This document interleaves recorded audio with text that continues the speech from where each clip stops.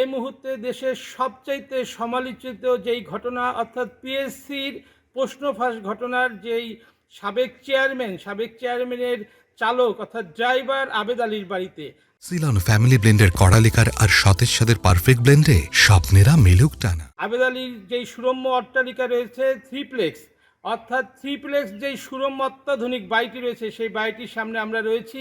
এই বাড়িটি এমনভাবে সাজানো হয়েছে, চারদিকে ফুলের বাগান করে দেশি বিদেশি টাইলসের সমারোহ রয়েছে বাড়িটিতে।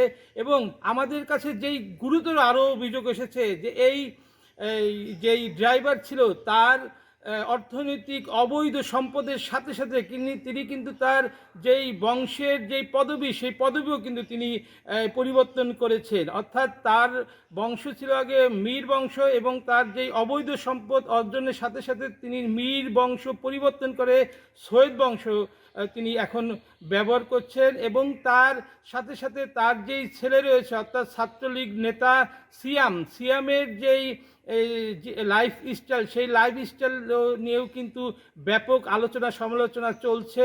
তারা ফেসবুকে কিন্তু নিজেরাই দাবি করেছে একসময় তার পিতা অর্থাৎ আবেদ আলী ছিল সামান্য কুলি থেকে আজকের এই যে সুরম্য অট্টালিকার মালিক এবং ঢাকাসহ দেশের বিভিন্ন স্থানে এবং এমনকি এখানে যেই মাদারীপুরের ডাসারের বিভিন্ন স্থানে তার ব্যাপক পরিমাণ সম্পদের সন্ধান পাওয়া যাচ্ছে। রয়েছে বিভিন্ন ধরনের স্থাপনা। এবং আমরা যেই উপজেলা প্রশাসনের যেই উপজেলা নির্বাহী কর্মকর্তার সাথে আমরা কথা বলেছি, তিনি আমাদের জানিয়েছেন তিনি আগেই অভিযান চালিয়েছেন। একটি অবৈধভাবে দখল করতে গিয়েছিল তিনি একটি খামার তৈরি করে, সেই খামার তৈরি করা কিন্তু উপজেলা প্রশাসনের পক্ষ থেকে তারা বাধা দেন এবং বাধা দেওয়ার পরবর্তীতে তারা সেই স্থানে সেই অবৈধভাবে যেই স্থাপনা তৈরি করছিল সেই স্থাপনাটি তারা করতে দেয়নি এবং সে সংক্রান্ত নথিপত্রও কিন্তু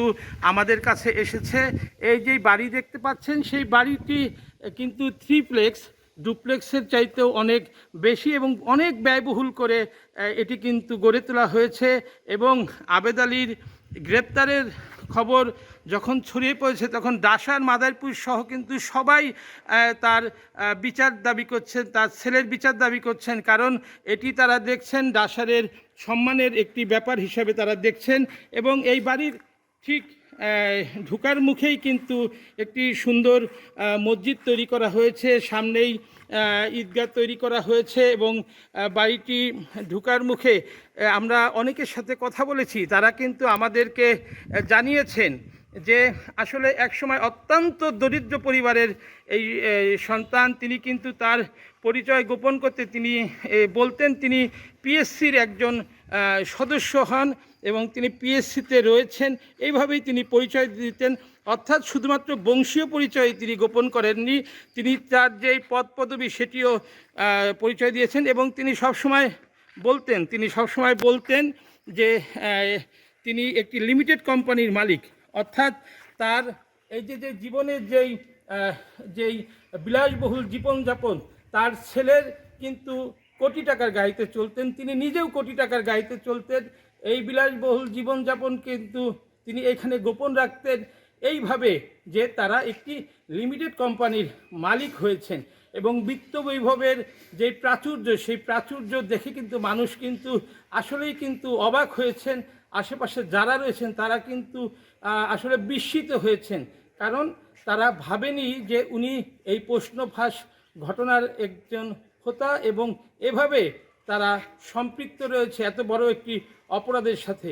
তার এই গ্রেপ্তারের পর বা তার এই ঘটনা ফাঁস হওয়ার পর কিন্তু অনেক মানুষ আছে তার বাড়ি দেখতে এবং সবাই কিন্তু হতবাক হয়ে যান।